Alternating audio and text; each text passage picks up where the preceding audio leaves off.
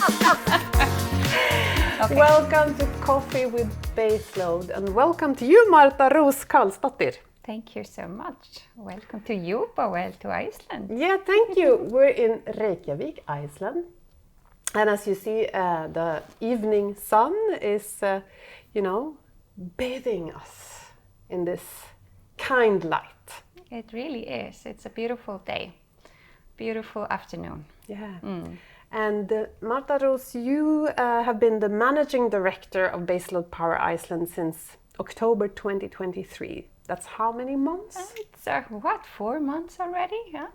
So, but it feels like a lifetime. It's been so much fun and so exciting. So many interesting projects. So, cool. Yeah, it's been an awesome couple of months. And we're really happy to have you. And we're having a fika today in Reykjavik with this very specific Icelandic. What's it called? It's called bolla. Bolla. Yeah. Like a ball. Like a ball. Mm-hmm. So it's a cream puff. Mm-hmm. And today is the kind of the cream puff day or bolludagur. And why is it today? It's connected to history basically. So it's connected to religion, and when you had fast after a long and hard winter, so you're kind of feasting on cream puffs and everything basically you have in your pantry. Yeah. To prepare for the what is it called? Lent. Mm-hmm. Yeah. Something like that. I think this has to do with our countries. Yes. I mean, mine is Sweden and yours is Iceland.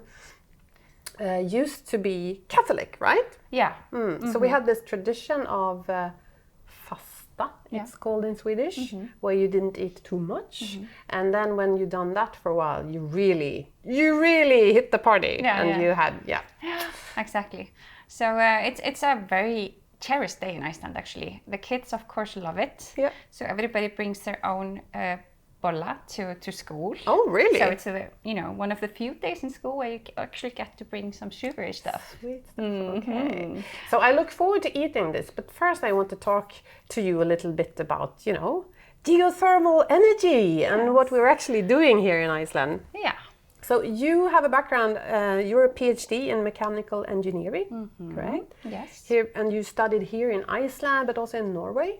Yeah, I took a part of my studies in Norway, both in my the first years of university and also during my PhD. So I was actually collaborating with also Sweden and Finland and Norway, Denmark and Estonia. Cool, right? Yeah. So, but they weren't, of course, doing geothermal, but I was. Yes. But the aspects of energy, I mean, you seem to be very much about connection to the local community and also about energy efficiency. Yeah. It's maybe two topics that I feel very passionate about. Of course, working with geothermal energy, it is one of our most heartfelt resources in Iceland because of the warmth it gives us. So all of our hot water, over 90% of houses in Iceland are heated with geothermal energy. That's impressive. That's so amazing. So we really cherish the resource, and we're living in this really cold country. The warm water is the reason why we survive here, basically. So everybody is really cherishing the geothermal resource, and that's what I love about it. So it's very much connected to the people of the country. But then there's these exciting, drilling deep, producing electricity from the steam. You can do so much with it. So it's really a boost for communities to be able to utilize their local resources, not only for electricity and also for hot water, but maybe something else, like innovative uses. And I wanted to talk to you a little bit about that, because geothermal energy, not everybody knows that. You can produce power, of course, and heating, as you mentioned, but then you can do a lot of other things too. Yeah. So do you have any examples, and how does it work, basically?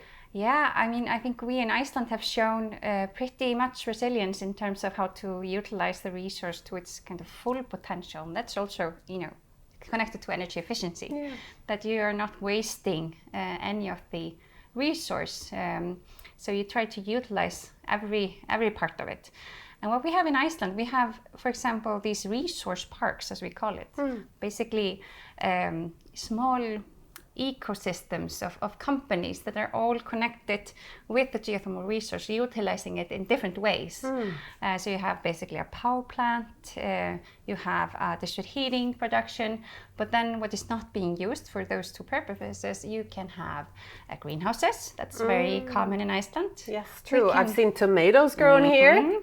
So we can actually grow our own food, even though it's a cold country, and that's all thanks to our geothermal resources. Then fish farming is also a popular way of utilizing geothermal in Iceland. Is that fish, you don't say growing fish really, but fish farming. Yeah. Is it fish that needs warmer water? Yeah, for example, we can grow warm water species. We have done experiments with shrimps, for example. Oh yeah. So everything that needs a little bit better climate than we can offer naturally in Iceland, but we can utilize geothermal too to create it. Yeah, okay. Yeah, and foster it. I even heard somebody say that there was a brewery somewhere in the world based on geothermal energy. Yeah. We have a brewery that kind of utilizes the warmth to get the kind of all of these, all of these processes needed to brew beer. The heat really benefits that process. And we even grow bananas. Wow. In Iceland. But is that also then in a greenhouse? Yeah. So can you explain to me, because I'm not an expert in this, how much of the usage for all these things are from power and how much is from the hot water?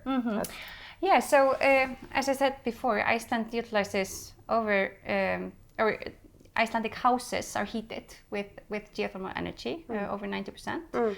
And then about 30% of our electricity is also produced from geothermal, which is really a high share. Yeah. And then the rest comes from hydropower.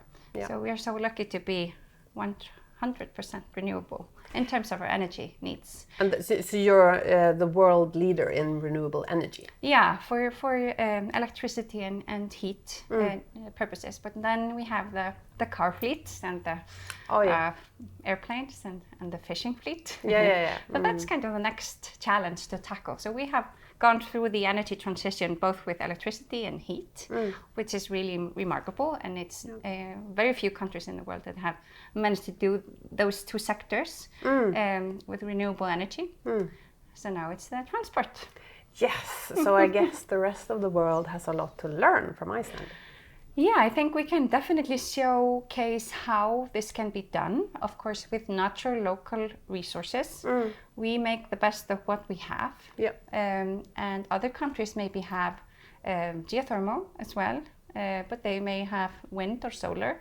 So just utilizing what you have in your backyard is really what creates the most value for the country in terms of environmental aspects, sustainability, and energy security. And efficiency, of course. And efficiency. You need to see what you have, but also what you could have, right? Yeah, exactly. So, it really has to, people have to kind of open a little bit their eyes to what they already have, be innovative, and it's so amazing that actually geothermal energy is available in so many locations, especially if we talk about Europe. Yes. We have a vast potential for geothermal utilization, especially for heating. Yes, I know. Which is really exciting. That's super exciting, yes. And a lot is happening. There's a lot of momentum right now for geothermal in Europe.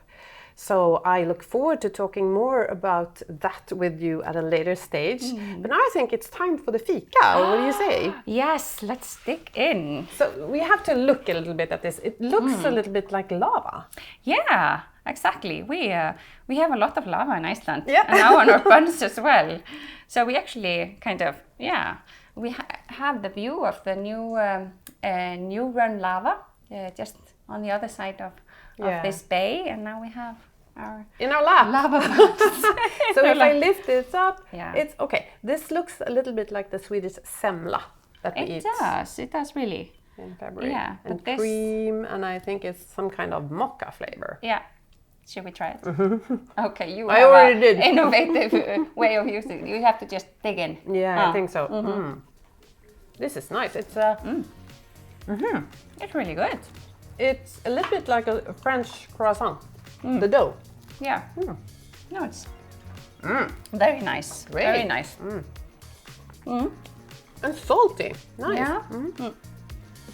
Yeah, but we have these traditionally like with chocolate glaze and some cream and some strawberry jam. Oh. So this is a new version. Yeah, like a I modern like it. version of it. A little bit Really Italian influenced, perhaps. It could be. It could be. Could be. So nice talking to you today. I think we'll just sit here and enjoy the evening light. What do you say? Yeah, I think so. It's a nice end of the day. Thanks for joining us. Take care.